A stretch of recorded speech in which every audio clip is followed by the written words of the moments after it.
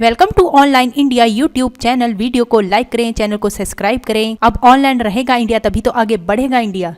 Hello friends, मेरा नाम रंजीत सिंह। स्वागत है आपका आपके अपने यूट्यूब चैनल ऑनलाइन इंडिया पर। आज का हमारा ये CCC ऑनलाइन तैयारी लाइव क्लास का पार्ट 2 वीडियो है, जिसमें हम डिस्कस करेंगे 50 मोस्ट इंपॉर्टेंट क्वेश्चंस के बारे में।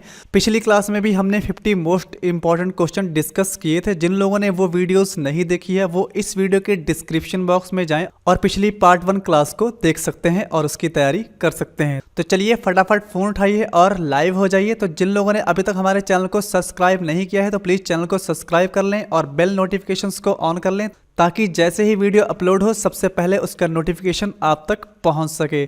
तो आपको आज के क्वेश्चनों में कमेंट करना है, तो जो भी सबसे पहले कमेंट करेगा उसका नाम कमेंट में लिया जाएगा। तो चलिए चलते हैं आज की क्लास में। तो आज का सबसे पहला क्वेश्चन है, किस प्रकार के लोग आपको सोशल नेटवर्किंग साइट पर दिखाई देते हैं? तो ऑप्शन ए है म्यूजिशियंस, बी प्रॉपर्टिशियंस, सी क्रिमिनल्स, डी ये सभी। तो फटाफट आपको कमेंट करना है और जवाब देना है कि कौन सा इसमें विकल्प सही है।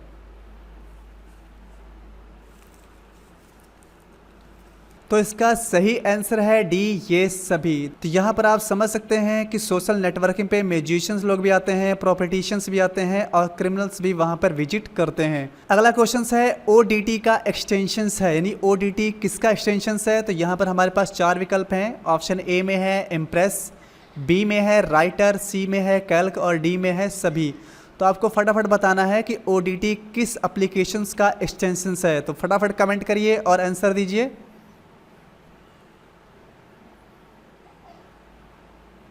तो इसका सही आंसर है बी राइटर। जैसे मैं आपको यहाँ बता देता हूँ, राइटर पे चलते हैं। तो जैसे कि यहाँ पर हम राइटर में आ चुके हैं और यहाँ पर अगर हम कोई भी फाइल लिखते हैं और कंट्रोल यस करके सेव करते हैं तो हम यहाँ पर हम टाइटल बार में देख सकते हैं कि यहाँ पर ODT एक्सटेंशंस दिख रहा है, या उस फाइल के प्रॉपर्टीज में जाके भी चेक कर सकते हैं। अगला क्वेश्चन है, लिब्रे ऑफिस एक प्रकार का ओपन सोर्स ऑपरेटिंग सिस्टम है। Option A true, B false. तो फटाफट कमेंट करके बताइएगा आंसर कौन सा सही है।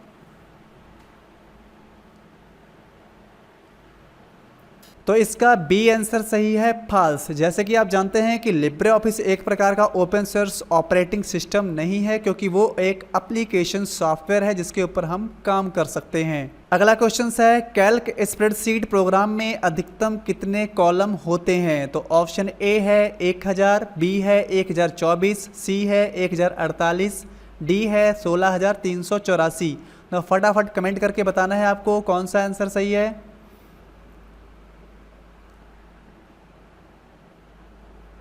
तो इसका बी आंसर सही है 1024। जैसे कि मैं आपको यहाँ पर कैल्क पर लेकर चलता हूँ, तो यहाँ पर आप देख सकते हैं कि यहाँ से कंट्रोल और लेफ्ट एरो की से हम यहाँ पर फर्स्ट वाले कॉलम पे आ चुके हैं। तो आप जानते हैं कि A B C D ये सभी कॉलम्स होते हैं और 1 2 3 4 5 नीचे को ये सभी रोस होते हैं। यानी इस तरीके से ये हमारे रो हैं और इस तरीके से ये हमारे कॉलम्स हैं। तो यहाँ पर हम A1 पे खड़े हैं और कंट्रोल के साथ अगर हम लेफ्ट एरो कीज दबाते हैं तो लास्ट वाले कॉलम पे पहुंच जाएंगे। 1024 टोटल यहाँ पे संख्या लिखी हुई है। लास्ट वाले कॉलम का नाम होता है AMJ और गिनती में कहें तो 1024 होते हैं।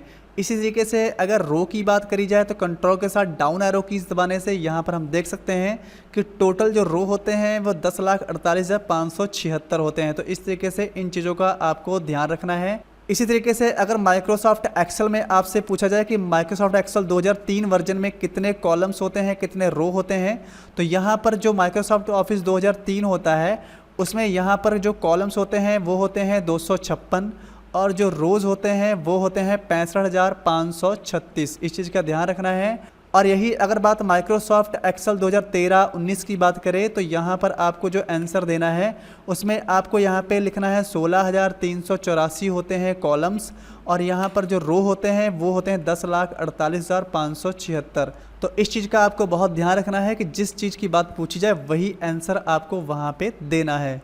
अगला क्वेश्चन है, UPI में I का अर्थ क्या है? तो ऑप्शन ए है इंटरनेट, बी है इंफॉर्मेशन, सी है इंटरफेस, डी है नन। तो इसमें कौन सा विकल्प सही है? फटाफट आंसर देना है आपको, जल्दी जल्दी कमेंट करिए।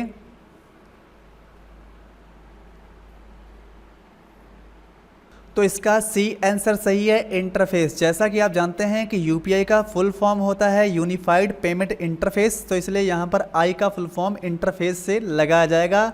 लेकिन यहाँ पर मिस्टेक से एस लिखा हुआ है, यहाँ पर आपको सी लिखा हुआ देख लेना है। अगला क्वेश्चन है, किसी भी हार्डवेयर को देखा जा सकता है पर छुआ नहीं जा सकता। ऑप्शन ए ट्रू, बी है फॉल्स। तो फटाफट कमेंट करिए और बताइए कौन सा आंसर सही है।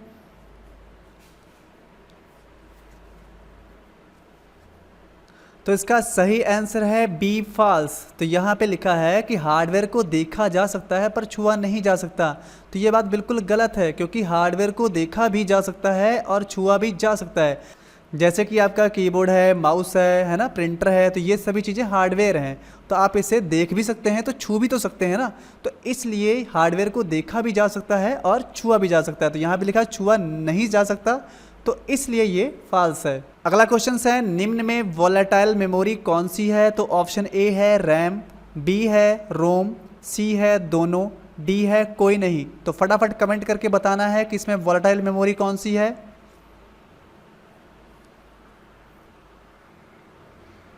तो इसका सही आंसर है ए रैम, जिसका फुल फॉर्म होता है रैंडम एक्सेस मेमोरी। जैसा कि यहाँ पे लिखा है वोलाटाइल, तो वोलाटाइल का मतलब होता है परिवर्तनशील, जो अपने आप को परिवर्तन कर लेती है, यानी कि जो रैम होती है वो अपने आप में रिफ्रेश होती रहती है। जैसा कि आप जानते हैं कि जब आप कोई डाटा फीड कर रहे होते हैं, सेव नहीं करते हैं और लाइट चली जाए, डाटा भी आपका चला जाता है, तो यानी कि वो अपने आप को रिफ्रेश कर लेती है, इसलिए वोलाटाइल मेमोरी रैम होती है। और जो रोम होती है वो नॉन वोलाटाइल होती है, यानी कि जब हम हार्ड डिस्क में या अपने फ़ोन की मेमोरी में कुछ सेव कर लेते हैं, फ़ोन की मेमोरी से उठा के अपनी चिप में या हार्ड डिस्क में सेव कर लेते हैं, वो डाटा हमेशा के लिए हमारे पास रहता है। तो इसलिए volatile memory is a RAM, random access memory. अगला क्वेश्चन है, अमेजॉन साइट का सर्वोत्तम उदाहरण है, यानी कि अमेजॉन का प्रयोग कहाँ पे किया जाता है, इस चीज़ का यहाँ पे ध्यान रखना है। तो ऑप्शन ए है ब्लॉगिंग, बी है सोशल नेटवर्किंग, सी है मनोरंजन, डी है ई कॉमर्स। तो फटाफट कमेंट करना है और बताना है कि ये किससे रिलेटेड है अमेजॉन।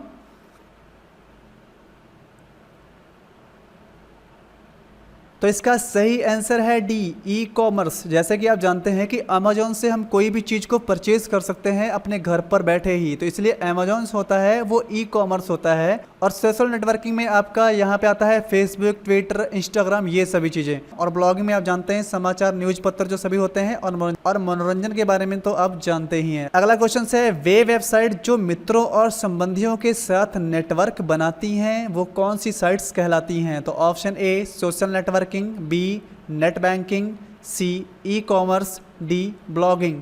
तो फटाफट कमेंट करके आंसर देना है कि कौन सा आंसर सही है।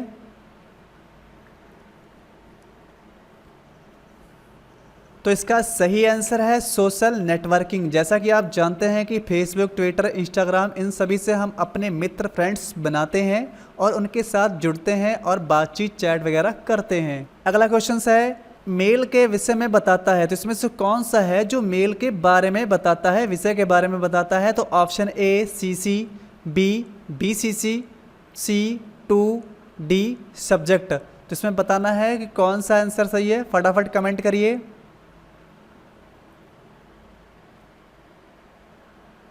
तो इसका डी आंसर सही है, सब्जेक्ट। जब आप मेल किसी को भेजते हैं तो वहाँ पर उसके बारे में जानकारी देनी हो कि ये मेल हमारा किस तरीके का है, तो आपको वो सब्जेक्ट में टाइप करना होता है। विषय में बताना हो तो सब्जेक्ट में टाइप करते हैं।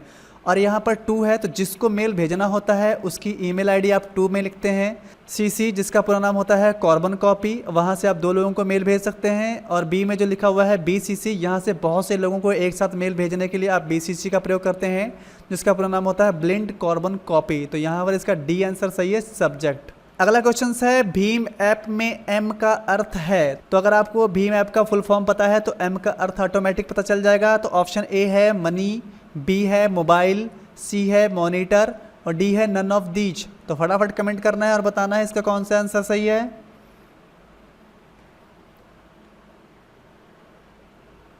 तो इसका ए आंसर सही है, मनी। जैसे कि आप जानते हैं कि भीम ऐप का पूरा नाम होता है भारत इंटरफेस फॉर मनी, तो एम फॉर मनी, तो इसका सही आंसर है मनी। अगला क्वेश्चन है, आप एक दोस्त के साथ तत्काल वास्तविक समय में संचार के लिए क्या उपयोग करेंगे। तो ऑप्शन ए है इंस्टेंट मैसेजिंग, बी है ईमेल, सी यूजनेट, डी है ब्लॉग। तो कौन सा आंसर सही है, फटाफट आंसर देके बताइए।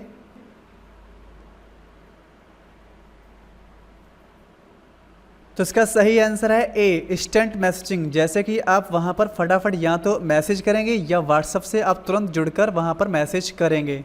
अगला क्वेश्चन है कैल्क स्प्रेडशीट में अधिकतम जूम साइज है। तो यहाँ पर ऑप्शन ए है 400%, बी है 500%, सी है 300%, डी है 3000%। तो आपको बताना है कि इसमें जूम साइज अधिकतम स्प्रेडशीट में कितना होता है। तो फटाफट कमेंट करके आंसर दीजिए।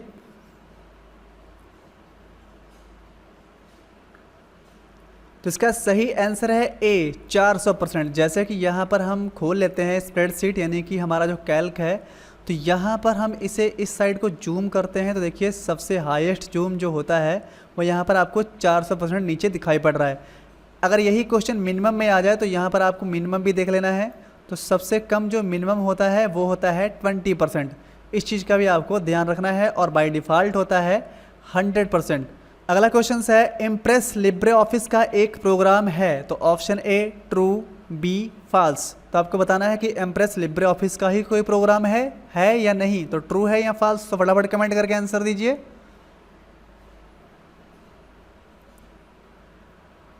तो इसका सही आंसर है ए, ट्रू। जैसा कि आप जानते हैं कि Libre office open source software में आपको 3-4 चैप्टर जो मिल जाते हैं उसमें इम्प्रेस भी होता है। जैसे मैं राइटर यहाँ पे खोल लेता हूँ और यहाँ पर फाइल में चलते हैं और न्यू में चलते हैं। देखिए यहाँ पर आप टेक्स्ट डॉक्यूमेंट्स में राइटर खोल सकते हैं, स्प्रेडशीट खोल सकते हैं, प्रेजेंटेशंस में यहाँ पर आप इम्प्रेस यानी पावर पॉइंट खोल सकते हैं, ड्राइंग, फार्मूला, डाटाबेस। तो ये सारे जो ऑप्शन हैं यहाँ पर आपको मिल रहे हैं, सारे एप्लीकेशंस आप लिब्रे ऑफिस में उपयोग कर सकते हैं। तो इस तरीके से हम कह सकते हैं कि प्रेजेंटेशन यानी इम्प्रेस का उपयोग आप लिब्रे ऑफिस में कर सकते हैं, इसलिए ये आंसर यहाँ पर ट्रू है। अगला क्वेश्चन है FTP का मूल रूप क्या है। तो यहाँ पर आपको आंसर देना है। ऑप्शन ए है प्रोटोकॉल, बी है लैंग्वेज, सी है वेब ब्राउज़र, डी है वेब पेज।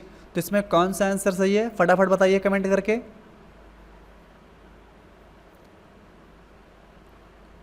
तो इसका सही आंसर है ए, प्रोटोकॉल्स। यानी कि FTP का जो फुल फॉर्म होता है वो होता है फाइल ट्रांसफ़र प्रोटोकॉल। तो इस तरीके से P फॉर प्रोटोकॉल्स यानी ये हमारा प्रोटोकॉल्स होता है। तो अगला क्वेश्चन है HTML का पूर्ण अर्थ क्या है, यानी आपको HTML का पूरा नाम बताना है। ऑप्शन ए में है हाइपरटेक्स्ट मोड लैंग्वेज, बी है हाइपरटेक्स्ट मार्कअप लैंग्वेज, सी है हाइपरटेक्स्ट मार्कआउट लैंग्वेज और डी है हाइपरटेक्स्ट मार्कअप लैंग्वेज। तो फटाफट आपको बताना है कि कौन सा इसमें सही विकल्प है, कमेंट करिए, फटाफट बताइए।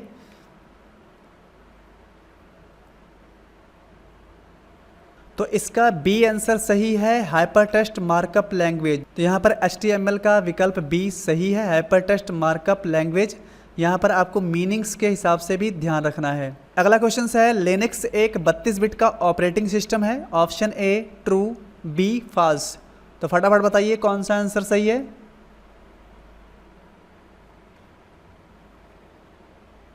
तो यहाँ पर ए आंसर सही है, ट्रू। यानी कि जो लिनक्स होता है वो 32 बिट ऑपरेटिंग सिस्टम होता है। अगला क्वेश्चन है पावर पॉइंट स्लाइड में इनमें से क्या सम्मिलित किया जा सकता है। तो ऑप्शन ए है पिक्चर, बी है ग्राफ, सी है टेक्स्ट और डी है ऑल ऑफ दीज।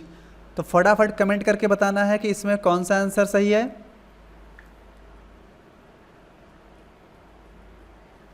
तो इसका सही आंसर है डी, ऑल ऑफ दीज। यानी कि हम अपने पावर पॉइंट स्लाइड में पिक्चर का इस्तेमाल भी कर सकते हैं, ग्राफ का भी कर सकते हैं, टेक्स्ट का भी कर सकते हैं, साउंड का भी कर सकते हैं, इमेज का भी कर सकते हैं।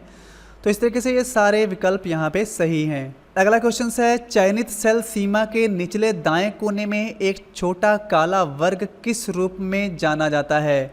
तो option A tool tips, B drop cap, C fill handle, D auto sum. तो फटाफट कमेंट करके बताना है कि कौन सा आंसर सही है।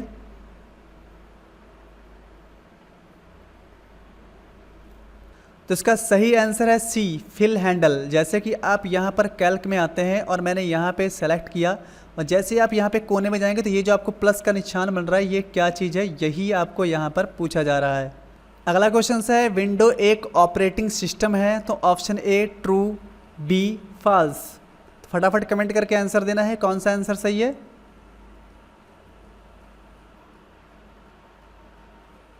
तो इसका सही आंसर है ए ट्रू। अगला क्वेश्चन है IPv4 कितने बिट का होता है? Option A 32, B 64, C 128, D इसमें से कोई नहीं। तो फटाफट कमेंट करके बताना है कि इसमें कौन सा आंसर सही है।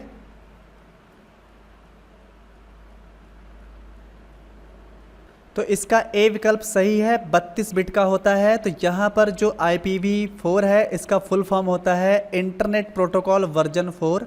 अगर यहीं पर IPv6 की बात करी जाती तो इसका सी आंसर सही होता 128। अगला क्वेश्चन है ब्लूटूथ एक नेटवर्क है, तो आपको बताना है कि ब्लूटूथ कैसा नेटवर्क है। ऑप्शन ए WPAN यानी wide personal area network, B WAN wide area network, C WLAN यानी कि wide local area network, D MAN जिसका फुल फॉर्म होता है मेट्रोपॉलिटन एरिया नेटवर्क। तो यहाँ पर मैंने आपको फुल फॉर्म भी बता दिए हैं, तो फटाफट आंसर देना है कमेंट करके कौन सा आंसर सही है।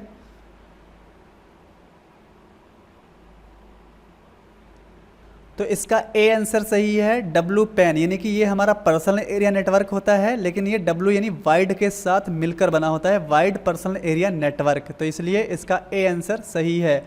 और ब्लूटूथ का जो आविष्कार है वो जाप हडसन ने किया था। तो इस चीज़ का भी अगर क्वेश्चन आ जाता है कि ब्लूटूथ का आविष्कार किसने किया था, तो ब्लूटूथ का आविष्कार जाप हडसन ने किया था।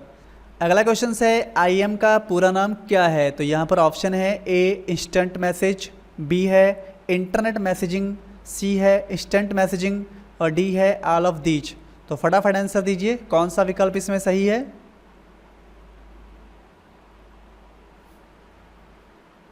तो इसका सी आंसर सही है इंस्टेंट मैसेजिंग यानी कि जो हमारा IM है इसका फुल फॉर्म होता है इंस्टेंट मैसेजिंग।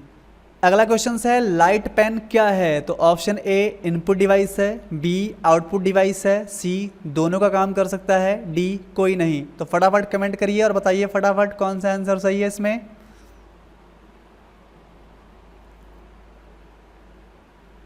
तो इसका सही आंसर है ए इनपुट डिवाइस। तो जो हमारा लाइट पेन होता है ये इनपुट डिवाइस है, और आप ये भी जानते हैं कि लाइट पेन की मदद से आप कंप्यूटर स्क्रीन पर लिख सकते हैं। और सबसे बड़ी इसकी जो खास बात ये होती है कि लाइट पेन को चलाने के लिए आपको कोई भी सॉफ्टवेयर इंस्टॉल करने की ज़रूरत नहीं पड़ती है।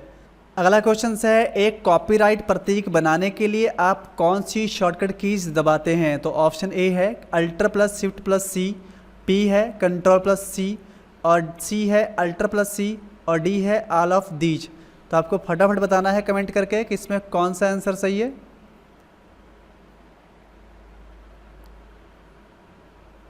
तो इसका ए आंसर सही है Alt+Shift+C की सहायता से आप कॉपीराइट चिन्ह बना सकते हैं। अगला क्वेश्चन है मेल मर्ज घटक है, तो ऑप्शन ए MS वर्ड का, बी वर्डप्रेस का, सी MS एक्सेल का, डी MS एक्सेस का। तो फटाफट कमेंट करके बताइए इसमें कौन सा आंसर सही है।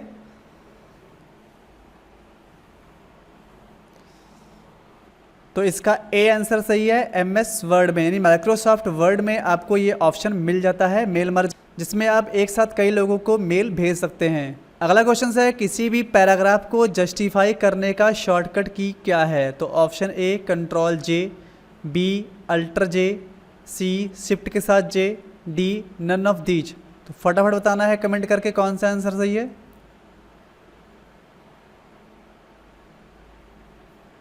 तो इसका सही आंसर है ए कंट्रोल के साथ J करके जस्टिफाई कर सकते हैं। ये हमारे अलाइनमेंट होते हैं, जैसे कि आप जानते हैं कि Ctrl+R फॉर राइट अलाइनमेंट और Ctrl+L for left alignment, Ctrl+E for centre alignment और Ctrl+J फॉर जस्टिफाई अलाइनमेंट। ये लिखने के तरीके होते हैं।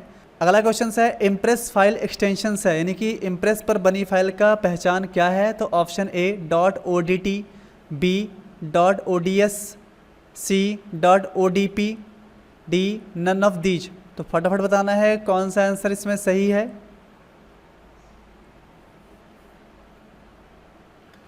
तो इसका सी आंसर सही है .odp। जैसे कि आप इम्प्रेस के ऊपर कोई फाइल बनाते हैं और उसे सेव करते हैं, देखिए आपके फाइल के आगे इस तरीके से .odp यहाँ पे दिखाई पड़ेगा। तो इस तरीके से इम्प्रेस का जो फाइल एक्सटेंशन होता है वो होता है .odp, और जो राइटर का होता है वो होता है .odt, और जो कैल्क का होता है वो होता है .ods। तो ये चीज़ों का आपको ध्यान रखना है।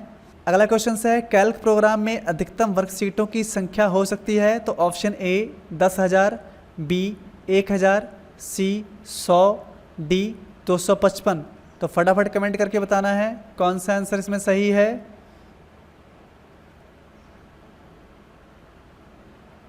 तो इसका सही आंसर है ए 10,000।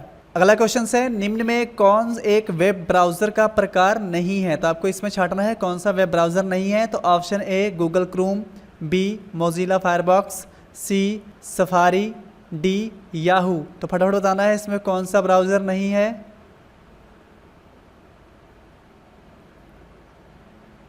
तो इसका सही आंसर है डी याहू। तो याहू एक सर्च इंजन है, बाकी ये सभी हमारे ब्राउज़र हैं।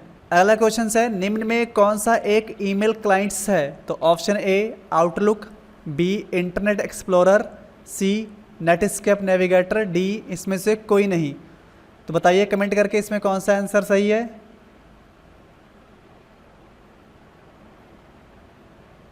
तो इसका सही आंसर है ए आउटलुक। तो जो आउटलुक है वो ईमेल का क्लाइंट्स है, बाकी नेटस्केप और इंटरनेट एक्सप्लोरर ये हमारे ब्राउज़र हैं। अगला क्वेश्चन है, निजी सूचना का प्रारूप जो ईमेल में जोड़ा जाता है उसे कहते हैं? तो option A address, B signature, C body, D subject. तो बताइए इसमें कौन सा आंसर सही है, कमेंट करिए फटाफट।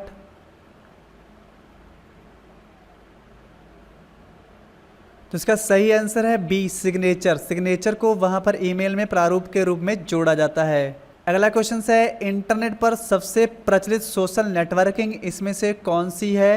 तो option A MySpace, B Facebook, C Orkut, D Friendster. तो फटाफट बताना है कौन सा इसमें विकल्प सही है।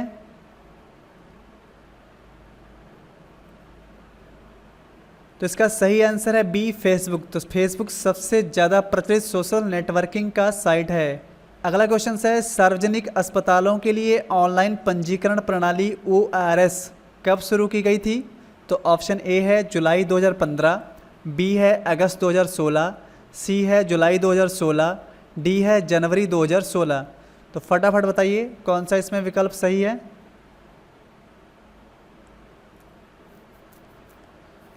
तो इसका सही आंसर है ए जुलाई 2015। अगला क्वेश्चन है, प्रत्येक व्यक्ति अपने डेस्कटॉप पर उमंग ऐप को एक्सेस कर सकता है? ऑप्शन ए ट्रू, बी है फॉल्स। तो बताइए फटाफट कौन सा आंसर इसमें सही है।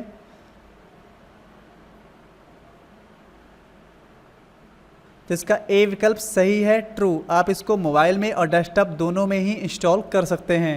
अगला क्वेश्चन है, USSD का प्रयोग करने के लिए यूजर को क्या डायल करना पड़ेगा? Option A *123 hash, B *99 hash, C *198 hash, D none of these.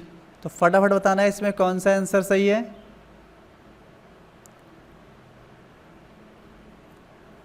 तो इसका सही आंसर है बी *99 हैज़। अगर आपसे यहाँ पर USSD का फुल फॉर्म पूछा जाए तो आपको बता देना है अनस्ट्रक्चर्ड सप्लीमेंट्री सर्विस डाटा। ये यहाँ पर USSD का फुल फॉर्म होता है। अगला क्वेश्चन है, AEPS में P का क्या अर्थ होता है? तो ऑप्शन ए है पेमेंट, बी है पार्टी, सी है पब्लिक और डी है पर्सनल। तो फटाफट आपको बताना है इसमें कौन सा आंसर सही है।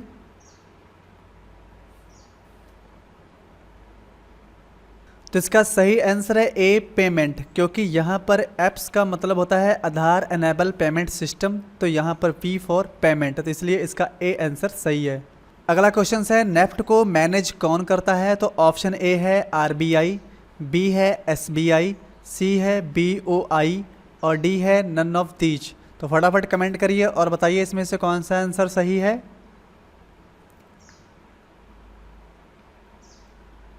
तो इसका सही आंसर है ए RBI, यानी रिजर्व बैंक ऑफ इंडिया जो होता है वो नेफ्ट को मैनेज कर, और जो नेफ्ट का फुल फॉर्म होता है वो होता है नेशनल इलेक्ट्रॉनिक फंड ट्रांसफ़र। तो ये भी आपको ध्यान रखना है। अगला क्वेश्चन है, व्हाट्सएप प्रकार है? तो ऑप्शन ए सोशल साइट का, बी ई-कॉमर्स का, सी इंस्टेंट मैसेजिंग का, डी ऑल ऑफ दीज। तो आपको बताना है कि इसमें कौन सा विकल्प सही है। फटाफट कमेंट करिए।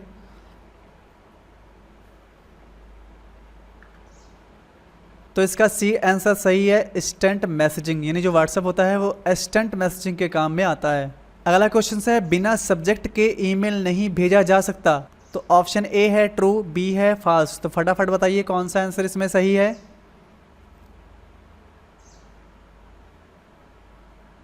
तो इसका आंसर बी फॉल्स है, यानी कि बिना सब्जेक्ट के ईमेल को भेजा तो जा सकता है, लेकिन यह है कि सामने वाले को पता नहीं चलेगा कि ईमेल किस चीज़ के संबंध में है। तो इसलिए ये फॉल्स है कि आप सब्जेक्ट के साथ मेल नहीं भेज सकते हैं, ऐसा बिल्कुल भी नहीं है।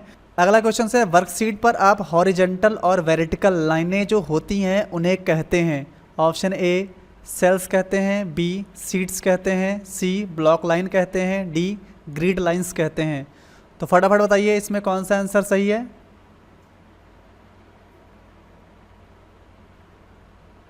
तो इसका डी आंसर सही है, ग्रिड लाइंस। जैसे कि आप यहाँ पे स्प्रेडशीट पे आते हैं, कैल्क या एक्सेल पे, तो यहाँ पर आपको ये जो बॉक्स बने हुए दिख रहे हैं, जिन लाइनों से ये खींचे गए हैं, जैसे ये लाइंस इधर को जा रही है हॉरिजॉन्टल और ये यहाँ पे जा रही है वर्टिकल, तो इन लाइनों को ही यहाँ पे ग्रिड लाइंस कहा जाता है। अगला क्वेश्चन है, कंप्यूटर कंट्रोल करने से संबंधित इंस्ट्रक्शंस या प्रोग्रामों को बनाने वाले को कहते हैं। तो ऑप्शन ए सॉफ्टवेयर कहते हैं, बी हार्डवेयर कहते हैं, सी ह्यूमनवेयर कहते हैं, डी प्रोग्रामर कहते हैं। तो फटाफट कमेंट करके बताइए इसमें से कौन सा आंसर सही है।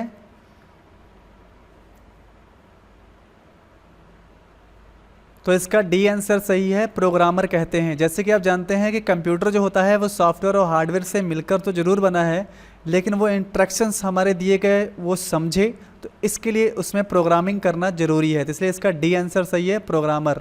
अगला क्वेश्चन है, आउटपुट डिवाइस का प्रयोग करके आप कर सकते हैं। तो ऑप्शन ए डाटा इनपुट कर सकते हैं, बी डाटा स्टोर कर सकते हैं, सी डाटा स्कैन कर सकते हैं, डी डाटा व्यू और प्रिंट कर सकते हैं।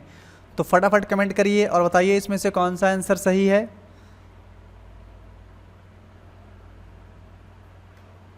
तो इसका डी आंसर सही है, डाटा व्यू और प्रिंट कर सकते हैं। जैसे कि यहाँ पे लिखा है डाटा इनपुट कर सकते हैं, तो ये हमारी हार्डवेयर डिवाइस हैं, जैसे कि हमारा कीबोर्ड और माउस, लेकिन ये डाटा को इनपुट करने का काम करता है। डाटा स्टोर्स में हमारी मेमोरियाँ आती हैं, और डाटा स्कैन करके भी डाटा अंदर की तरफ ही जाता है, इसलिए हमारा वो भी इनपुट डिवाइस होता है।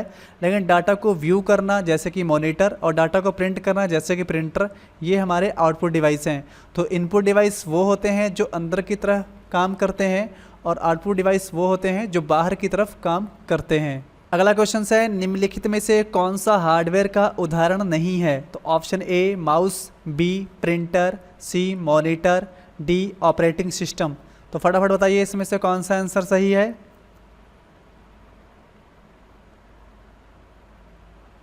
तो इसका डी आंसर सही है, ऑपरेटिंग सिस्टम। तो यानी जो ऑपरेटिंग सिस्टम होता है ये सिस्टम सॉफ्टवेयर होता है, हार्डवेयर नहीं होता है।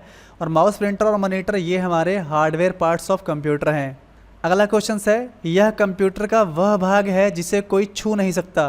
तो option A hardware, B printer, C mouse, D software. तो फटाफट बताइए इसमें से कौन सा आंसर सही है।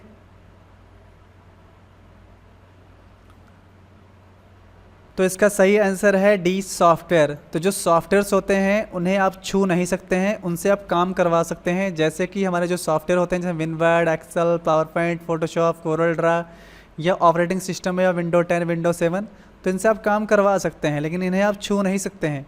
और ये जो हार्डवेयर्स हैं यानी कि जैसे कीबोर्ड, माउस, और यहाँ प्रिंटर, माउस और लिखा ही हुआ है, तो ये सब हम छू सकते हैं। तो इसलिए ये सभी हमारे हार्डवेयर भाग हैं, लेकिन ये जो हमारा सॉफ्टवेयर है इसे हम छू नहीं सकते हैं, इसलिए हमारा डी ऑप्शन सही है, सॉफ्टवेयर। अगला क्वेश्चन है, निम्नलिखित में से कौन सा इंटरनेट संबंधित पद नहीं है। तो यहाँ पर आपको छांटना है कि कौन सा जो इंटरनेट से संबंध नहीं रखता है। तो option A browser, B printer, C search engine, D hyperlink. तो फटाफट बताइए इसमें से कौन सा आंसर सही है।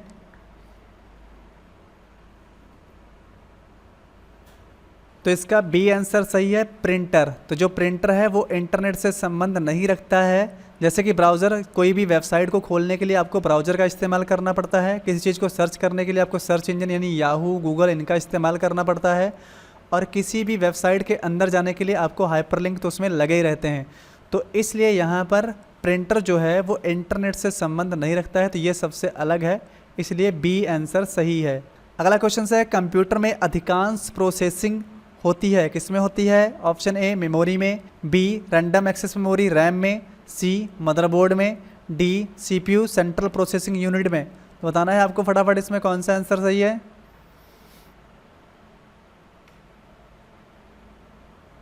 तो इसका सही आंसर है डी, CPU में। यानी कि CPU जो होता है सेंट्रल प्रोसेसिंग यूनिट, इसी में सारी प्रोसेसिंग कंप्यूटर की होती है। अगला क्वेश्चन है कंप्यूटर में डिस्क कहाँ डाली जाती है? ऑप्शन ए हार्ड डिस्क में, बी हार्ड ड्राइव में, सी DVD में, डी कीबोर्ड में। तो फटाफट आपको बताना है कौन सा इसमें आंसर सही है।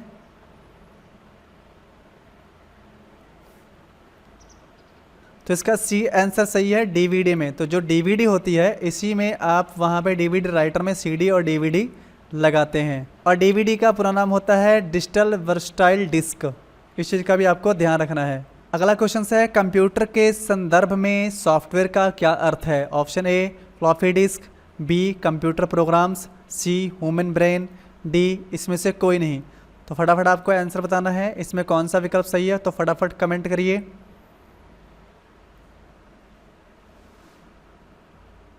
तो इसका बी आंसर सही है, कंप्यूटर प्रोग्राम्स। यानी कि जो हमारे सॉफ्टवेयर्स होते हैं वो कंप्यूटर के प्रोग्राम्स होते हैं जिनकी मदद से कंप्यूटर अपना काम कर पाता है। अगला क्वेश्चन है एक निबल कितने बिट के बराबर होता है? तो ऑप्शन ए 16 बिट के बराबर, बी 32 बिट के बराबर, सी 4 बिट के बराबर, डी 8 बिट के बराबर। तो फटाफट आपको बताना है इसमें से कौन सा आंसर सही है।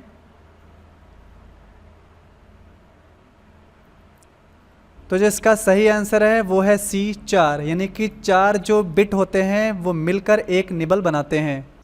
तो आज की क्लास में इतना ही। लाइव क्लास में जुड़ने के लिए और कमेंट करने के लिए आप सभी का बहुत बहुत धन्यवाद। तो जिन लोगों ने आज यहाँ पे कमेंट किए हैं उन सभी के कमेंट का जवाब यहाँ पे दिया भी गया है, और जो डिस्कस करने वाला बाकी है वो आगे किसी क्लास में उनके क्वेश्चनों का डिस्कस कर दिया जाएगा। अगर आपको कोई डाउट है या किसी तरीके का कोई क्वेश्चन है तो आप कमेंट बॉक्स में लिख सकते हैं।